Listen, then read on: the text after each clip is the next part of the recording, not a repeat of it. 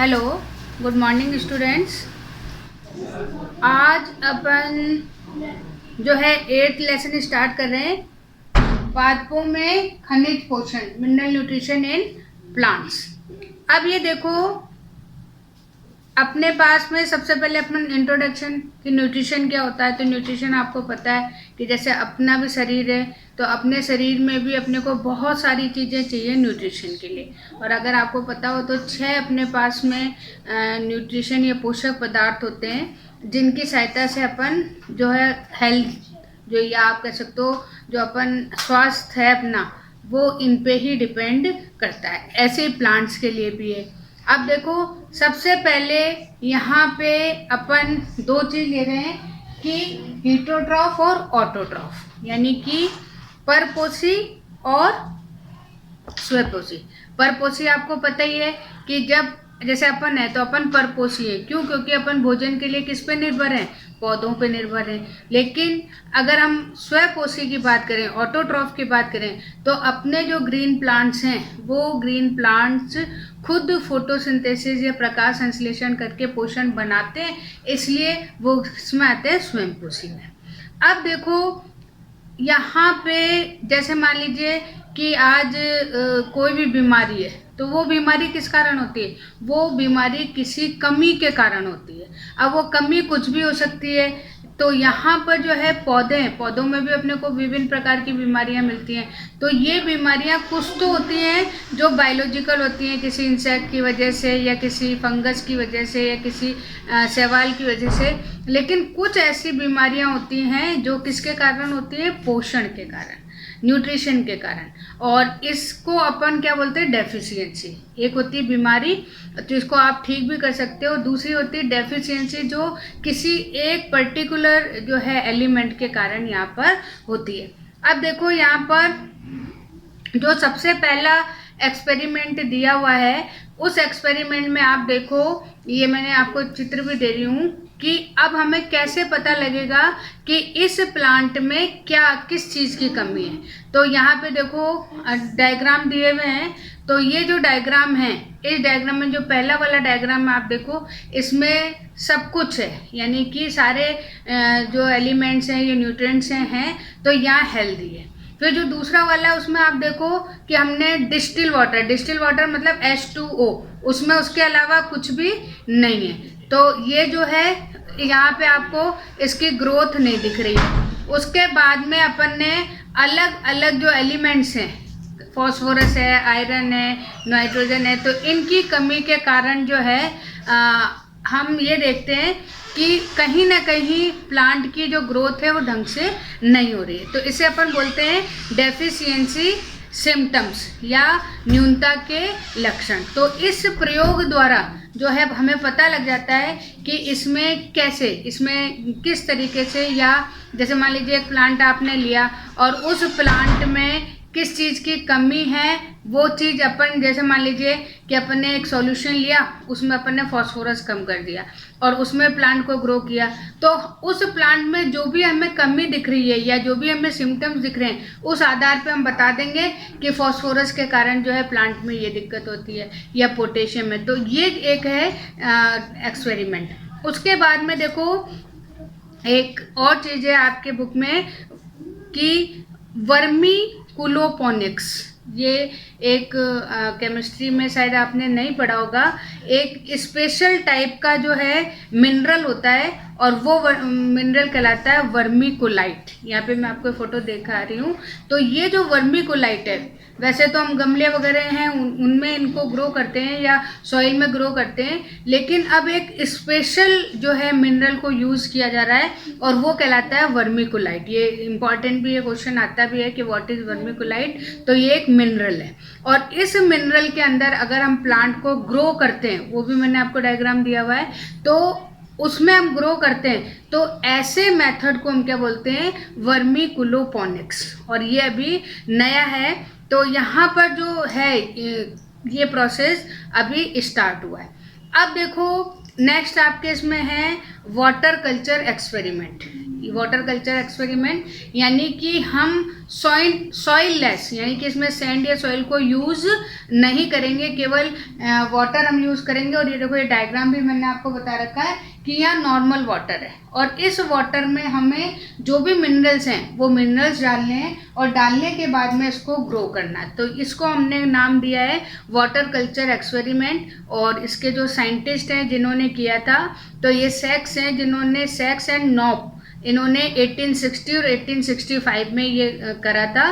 और उसके बाद में जो है धीरे धीरे हमें पता लग गया कि हाँ भाई, बहुत सारे जो न्यूट्रिशन है वो न्यूट्रिशन प्लांट की ग्रोथ के लिए रिस्पॉन्सिबल होते हैं। देखो, जो अपन ने वर्मीकुलाइट में किया था प्रोसेस, उसको तो अपन ने नाम दिया वर्मीकुलोपोनिक्स, और जब हमने वाटर में किया तो हमने इसको नाम दिया हाइड्रोपोनिक्स। अब ये जो हाइड्रोपोनिक्स है, ये हाइड्रोपोनिक्स जो है, जब हम केवल पानी में कोई प्लांट डेवलप करते हैं तो उसे हम क्या बोलते हैं, हाइड्रोपोनिक्स। तो ये हो गया हमारा।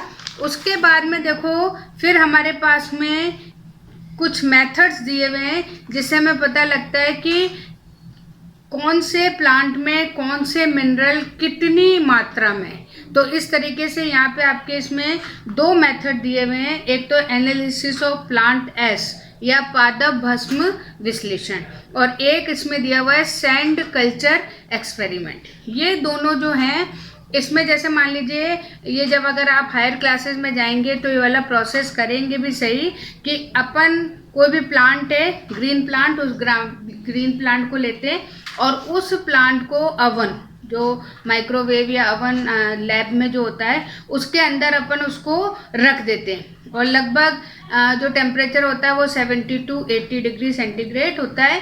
और उसके बाद में जो है इसको कम से कम ये मान के चलिए कि 1-2 दिन तक इसको उसमें रखा जाता है। तो जितना वाटर है वो वाटर, सारा वाटर वेपर में या उसमें जो है पूरा का पूरा ड्राई हो जाता है। उसके बाद में जो है, अब हमें जो ड्राई है, अगर अपन वेट लें, ये एक वो भी है कि उसमें अपने को वाटर की परसेंटेज पता लगती है कि एक तो अपने पास में ग्रीन है उसका वेट ले लिया, फिर एक सुखा के ले लिया, तो एक तो हमें वाटर की क्वांटिटी पता लग जाती है। फिर उसके बाद में जो ड्राई है, उस ड्राई में अगर हम देखते हैं तो उसमें आपको सेल वॉल मिलेगा, पॉलीसैकेराइड्स मिलेंगे, लिग्निन, ऑर्गेनिक एसिड्स। तो ये जो है वो चीज़ें इसमें मिलेगी और इनको भी अपन जो है केमिकल प्रोसेस के थ्रू पता कर लेंगे कि कौन सी चीज़ इसमें कितनी क्वांटिटी में है। फिर ये जो अपन ने प्लांट सुखाया है, इसको 6000 डिग्री सेंटीग्रेड पे जो है और ड्राई करते हैं और उसके बाद में जितनी इसमें गैसेस हैं वो गैसेस यहाँ से निकल जाती है, जैसे कार्बन डाइऑक्साइड है, अमोनिया है, ये सारी चीज़ें निकल जाती हैं। तो बाकी जो है, अब मतलब जब ये गैसेस भी निकल गई, वाटर वेपर भी निकल गया, तो अब जो चीज़ बची है, इस चीज़ को हम क्या बोलते हैं, भस्म या ऐश। जैसे कभी कोई चीज़ को जलाते हैं तो जलाने के बाद में जो राख, ऐश या भस्म क्या होती है, राख, तो वहाँ पे, और यहाँ पे देखो मैं एक आपको मशीन की फ़ोटो भी भेज रही हूँ। तो ये इस तरह का अवन होता है जो लैब में होता है और उसमें अपन ये प्रोसेस करते हैं। तो यहाँ पर भी अपने को पता लग गया कि कौन से एलिमेंट्स हैं, कौन से यहाँ पे चीज़ें कितनी परसेंटेज में या कितनी क्वांटिटी में, तो ये एक्सपेरिमेंट किया जाता है। फिर एक है सैंड कल्चर एक्सपेरिमेंट। अब इसमें क्या है, केवल जो सैंड है उस सैंड के अंदर ही, जैसे अपन बालू या रेत, और इसमें कोई मिनरल नहीं हो, तो पहले जो है ग्रो करने से पहले हम इसे HCl से धो लेते हैं और धोने के बाद में काम करते हैं, तो हमें पता लग जाता है कि ये जो प्लांट है, ये प्लांट बिना मिनरल के कैसे ग्रो कर रहा है और इसमें कौन कौन सी कमियां हैं। तो इस तरीके से जो है हमें पता लग जाता है। तो ये दो मेथड हैं जिनसे अपने को पता लगता है कि किसी भी प्लांट में कोई भी एलिमेंट की कितनी ज़रूरत है, कितनी डेफिशिएंसी है उसमें, या उसको कितनी क्वांटिटी चाहिए, किस फॉर्म में चाहिए। तो ये दो मेथड हैं जिनसे कि अपने को इन पोषक, खनिज पोषकों की पता लगती है।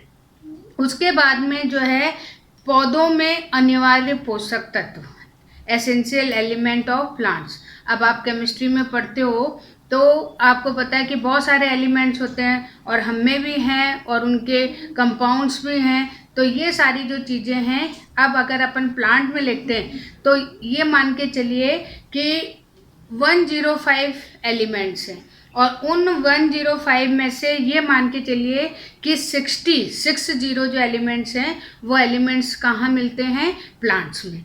अब उनमें से भी, अब हालांकि कभी पेपर में आ जाता है कि प्लांट का जब एक्सरे किया गया तो उसमें सोना मिला, इसमें चांदी मिली, तो वो दूसरी बात है। मेन चीज़ है कि अगर हम मेन देखें तो किसी भी प्लांट में 17 जो एलिमेंट्स हैं वो कौन से हैं, अनिवार्य या जिनको एसेंशियल एलिमेंट्स कहते हैं, और बाकी जो हैं वो सारे मतलब नॉन एसेंशियल, जिसको ये मान के चलो कि अगर वो नहीं भी हैं तो प्लांट पर ज़्यादा प्रभाव नहीं पड़ेगा। अब ये जो 17 जो एसेंशियल एलिमेंट्स हैं, इनकी सबसे पहले तो अपन देखते हैं कि क्या ज़रूरत है, या आप ये मान के चलिए कि इनके क्या क्या फंक्शन है। तो सबसे पहले तो ये जो प्लांट है उसकी वेजिटेटिव और रिप्रोडक्टिव, कायिक और जनन वृद्धि के लिए आवश्यक है। फिर उसके बाद में देखो कि इनसे जो है हम चाहे इनडायरेक्ट या डायरेक्ट जो है जैविक क्रियाएं जो होती हैं, जो रासायनिक क्रियाएं होती हैं या भौतिक क्रियाएं, जैसे जब आप केमिकल रिएक्शन लिखते हो तो कहीं आप लिख देते हो कि मैग्नीशियम की, कोबाल्ट की, मॉलिब्डेनम की, तो इनकी उपस्थिति में होता है। तो यहाँ पर जो केमिकल क्रियाएं, तो उन क्रियाओं में ये उत्प्रेरक के रूप में भी काम में आते हैं। फिर उसके बाद में देखो कि अगर मान लीजिए इसकी कोई कमी है तो उस कमी में कभी कभी तो वो एक दूसरे को एडजस्ट कर लेते हैं, लेकिन बहुत ज़्यादा हो तो ये कमी भी उसमें दिखाई देती है। तो कुछ जो कार्य हैं वो कार्य किनके द्वारा होते हैं, पूरे इन 17 अनिवार्य तत्व या 17 एसेंशियल एलिमेंट्स। अब देखो ये जो एलिमेंट्स हैं, इन एलिमेंट्स को अपन ने क्वांटिटी के आधार पे, मात्रा के आधार पे दो भागों में बांटा हुआ है। एक तो है दीर्घ या वृहत, यानी ज़्यादा मात्रा वाले पोषक तत्व, जिनको हम बोलते हैं मैक्रो न्यूट्रिएंट्स। और अगर हम इसकी क्वांटिटी देखें तो ये क्वांटिटी 1 to 10 मिलीग्राम पर लीटर, ये इसकी क्वांटिटी है। अगर इतनी है तो हम इसको किस में इंक्लूड करेंगे, मैक्रो में। और अगर अपन देखें तो इन 17 में से जो 9 हैं, carbon, hydrogen, oxygen, nitrogen, phosphorus, potassium, sulphur, magnesium और कैल्शियम, ये जो 9 हैं ये आपके किस में आते हैं, मैक्रो में। फिर अपन करते हैं लघु या सूक्ष्म यानी माइक्रो। अब इनकी जो अगर क्वांटिटी है तो वो क्वांटिटी क्या है, 0.1 मिलीग्राम पर लीटर, यानी बहुत कम है। तो यहाँ पे जो है अगर आप देखते हो तो 9 वो हो गए, 8 ये बचे। तो ये जो 8 हैं इसमें अगर एग्जांपल देखते हो तो आयरन है, बोरोन है, मैग्नीज है, कॉपर है, जिंक है, मॉलिब्डेनम है, क्लोरीन है, निकल है। तो ये सब किस में इंक्लूड किए जाते हैं, आपके माइक्रो में। अब देखो ये तो हो गए, लेकिन कुछ जो हैं अभी जैसे मैंने आपको एक इसमें दिया भी है, यहाँ 3 और नाम मैंने आपको दे रखा है, सोडियम, कोबाल्ट और सिलिकॉन। तो ये जो हायर प्लांट्स हैं उन प्लांट्स में, हालांकि अभी तक इसको कहा नहीं गया, लेकिन फिर भी जो है इन 17 के साथ में इन 3 को भी इंक्लूड किया जाता है, सोडियम, कोबाल्ट और सिलिकॉन को एज ए एसेंशियल एलिमेंट्स। अब ये जो एलिमेंट्स हैं, इन एलिमेंट्स को अपन कुछ इनका वर्गीकरण या क्लासिफिकेशन करते हैं। जैसे आयरन और बोरोन है तो इनको अपन बोलते हैं इंटरमीडिएट या मध्यवर्ती। फिर अपने पास में नाइट्रोजन, पोटेशियम और कैल्शियम, ये जो हैं ये सबसे ज़्यादा काम में आते हैं, इसलिए या इनको सबसे पहले काम में लिया जाता है, इसलिए हमको क्या बोलते हैं, प्राइमरी मैक्रो न्यूट्रिएंट्स। फिर उसके बाद में हमारे पास में कैल्शियम, मैग्नीशियम और सल्फर, ये हमारे कौन से हैं, सेकेंडरी। तो इस तरह से हमने इनके वर्क के अकॉर्डिंग इनको थोड़ा सा डिवाइड किया हुआ है। फिर यहाँ पे देखो ये तो हो गए, पर अब हमारे पास में कुछ ऐसे एलिमेंट्स हैं जिनका हमने स्पेशल टाइप से क्लासिफिकेशन किया हुआ है। तो फर्स्ट जो है वो है संरचनात्मक तत्व, यानी स्ट्रक्चरल एलिमेंट, जो कि बॉडी बनाने के लिए, जैसे प्लांट अपनी सेल है वैसे ही प्लांट की सेल होती है, तो उस स्ट्रक्चर को बनाने के लिए कार्बन, हाइड्रोजन और ऑक्सीजन, इनको अपन क्या बोलते हैं, स्ट्रक्चरल एलिमेंट या संरचनात्मक तत्व, क्योंकि कार्बोहाइड्रेट है वो बनाने के लिए काम में आते हैं। फिर अपने पास में ऊर्जा संबंधित एनर्जी एक्टिवेटर इनको बोलते हैं, और इनमें जो है जैसे अभी आप जब केमिकल रिएक्शन पढ़ोगे तो एटीपी बहुत आएगा, तो एटीपी है तो उसमें फॉस्फोरस है। फिर क्लोरोफिल की जब आप स्ट्रक्चर देखोगे तो उसमें आपको बीच में मैग्नीशियम दिखाई देगा, तो ये भी एक तरह का क्या हो गया, एक्टिवेटर हो गया। तो फॉस्फोरस और क्लोरोफिल को हमने कौन सा करा है, ऊर्जा संबंधित तत्व। फिर अपने पास में जो तीसरा है वो है एंजाइम सक्रिय, एंजाइम एक्टिवेटर। और ये जितनी भी आप केमिकल रिएक्शन पढ़ोगे तो उस एरो के ऊपर अपन इनको एज ए जो है कैटेलिस्ट अपन यूज करते हैं। तो उसमें हो गया आपका मैग्नीज है, मैग्नीशियम है, जिंक है, मोलिब्डेनम है, तो इनको अपन as a enzyme activator use करते हैं। फिर हमारे पास में है कि जो हमारी ऑस्मेटिक प्रोसेस है उस प्रोसेस में कौन कौन से एलिमेंट ज़्यादा यूज होते हैं, तो उसमें आपका हो गया पोटेशियम और क्लोरीन। तो यहाँ पर ये कुछ आज अपन ने एसेंशियल एलिमेंट्स का कर लिया। अब ये जो चैप्टर है, ये चैप्टर जो है थोड़ा सा डिस्क्रिप्टिव या थ्योरी इसमें ज़्यादा है, इसमें और चीज़ें नहीं है, और इसमें से आते भी क्वेश्चन 1-2 नंबर वाले हैं, ज़्यादा नंबर के नहीं आते हैं। अब जो मंडे को मैं आपको बता दी, जो मंडे को मैं टेस्ट लूँगी वो टेस्ट आपका लाइव टेस्ट होगा, और उसमें मैं आपको 20 ऑब्जेक्टिव क्वेश्चन दूंगी, और तुरंत आप मुझे उसके आंसर लिख के, मैं मुश्किल से आपको 20 क्वेश्चन है तो आधा घंटा आपको दूंगी, हाफ एन आवर दूंगी, और देते ही आप मुझे आधे घंटे बाद उसके आंसर मुझे कमेंट में दे देंगे, तब मुझे पता लगेगा कि आप कौन सा कर रहे हो। तो उसमें मैंने आपको बताया था कि 35वां चैप्टर है मेंडल वाला, उसके 20 क्वेश्चंस में आपको एज ए ऑब्जेक्टिव दूंगी, ताकि आप मुझे लाइव उसके आंसर दोगे। तो ये आपका मंडे को टेस्ट लूँगी, तो उसके लिए उस तरह से तैयारी करो, और जितने ज़्यादा बच्चे हैं वो सब इसकी देने की कोशिश करो। कोई बात नहीं, कम नंबर आए कोई दिक्कत नहीं है, लेकिन अब जो आपके टेस्ट होंगे वो भी इसी तरह से लाइव होंगे, तो ताकि आपकी थोड़ी सी प्रैक्टिस भी हो जाए। ठीक है, ओके, थैंक यू।